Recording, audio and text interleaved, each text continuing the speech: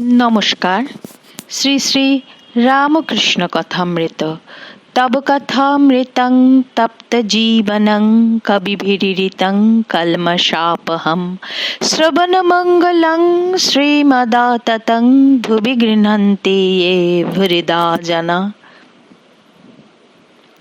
শ্রীযুক্ত কেশবচন্দ্র সেনের সহিত ঠাকুর শ্রী রামকৃষ্ণের নৌকা বিহার, আনন্দ ও কথোপকথন, প্রথম পরিচ্ছেদ। ঠাকুর শ্রী রামকৃষ্ণ সমাধি মন্দিরে।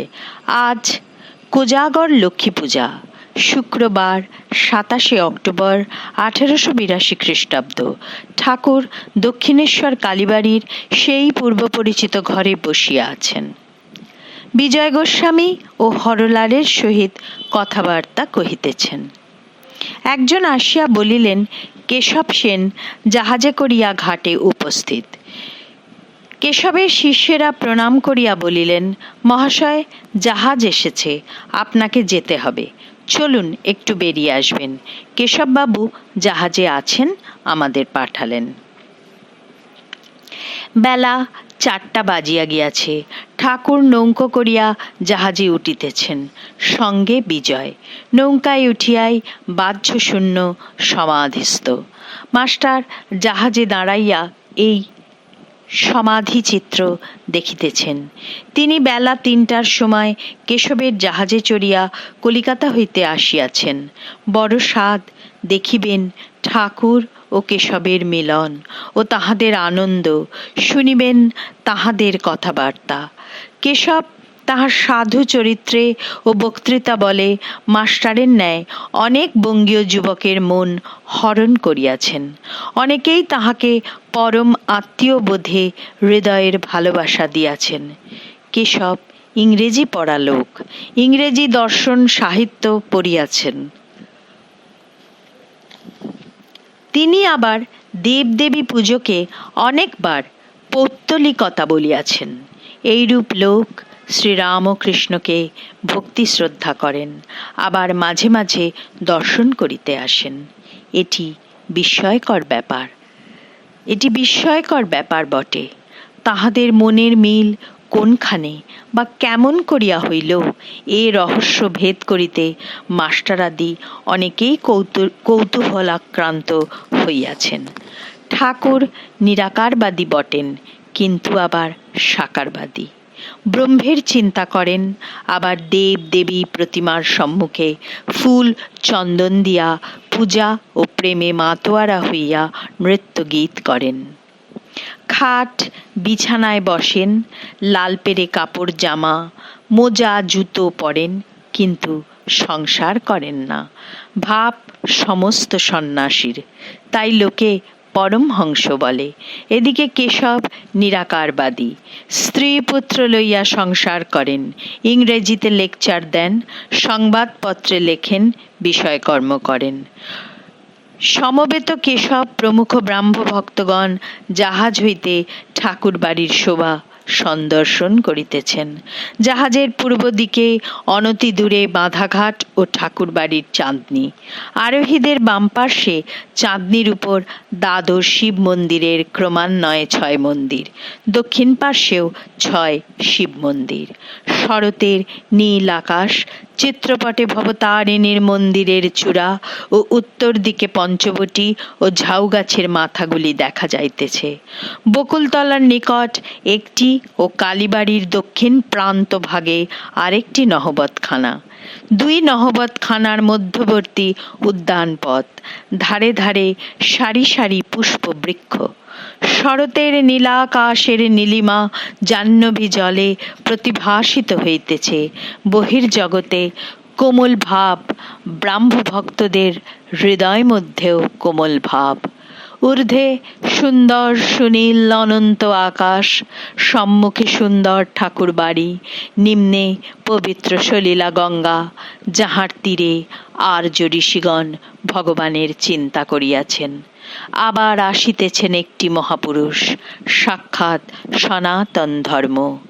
এরূপ দর্শন মানুষের কপালে সর্বদা ঘটে না।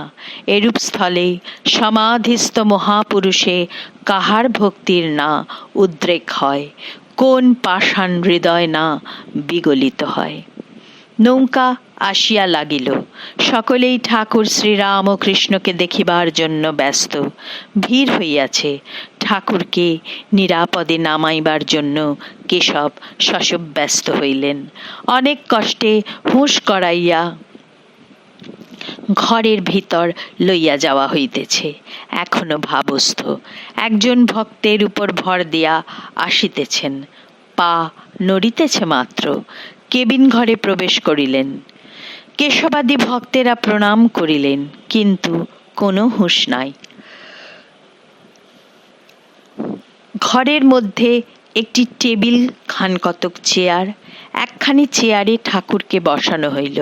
কেশব একখানিতে বসিলেন, বিজয় বসিলেন। অন্যান্য ভক্তেরা যে যেমন পাইলেন মেঝেতে বসিলেন। অনেক লোকের স্থান হইল না। তাহারা বাহির হইতে উঁকি মারিয়া দেখিতেছেন।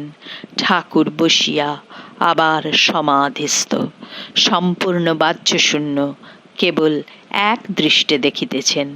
কেশব দেখিলেন ঘরের মধ্যে অনেক লোক। ঠাকুরের কষ্ট হইতেছে। বিজয় তাহাকে ত্যাগ করিয়া গিয়া সাধারণ ব্রাহ্ম সমাজভুক্ত হইয়াছেন ও কন্যার বিবাহ ইত্যাদি কার্যের বিরুদ্ধে অনেক বক্তৃতা দিয়াছেন।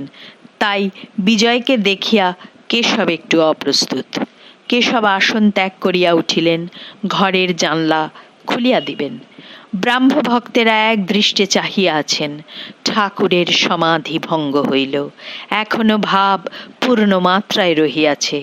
ঠাকুর আপনা আপনি অস্ফুট স্বরে বলিতেছেন, মা, আমায় এখানে আনলি কেন?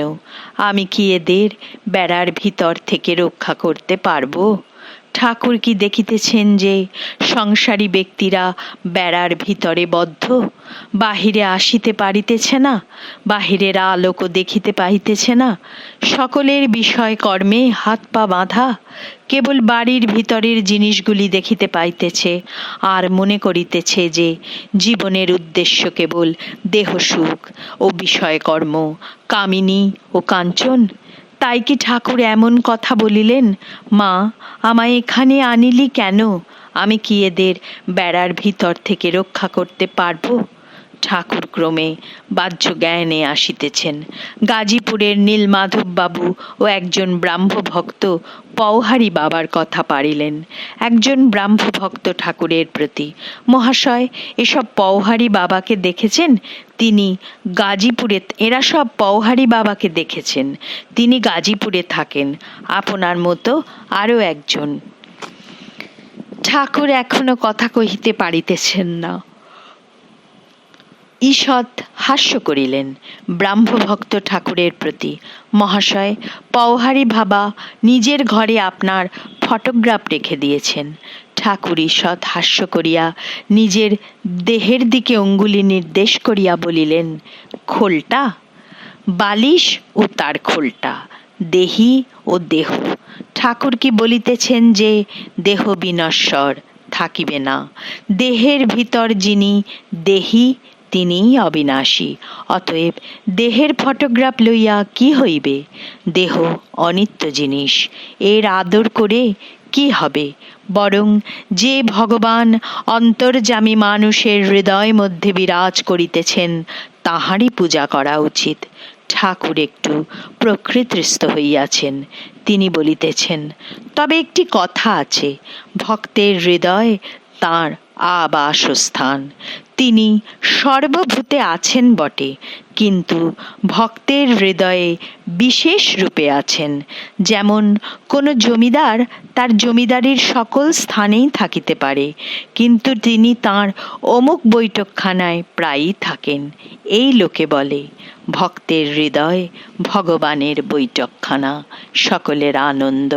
ওম নিরঞ্জনং নিত্যানন্তরূপম ভক্তানুকম্পাধৃত বিগ্রহং বৈ ঈশাবতারং পরমেশমিড্যং ত্বং রামকৃষ্ণং শিরসা নমামো।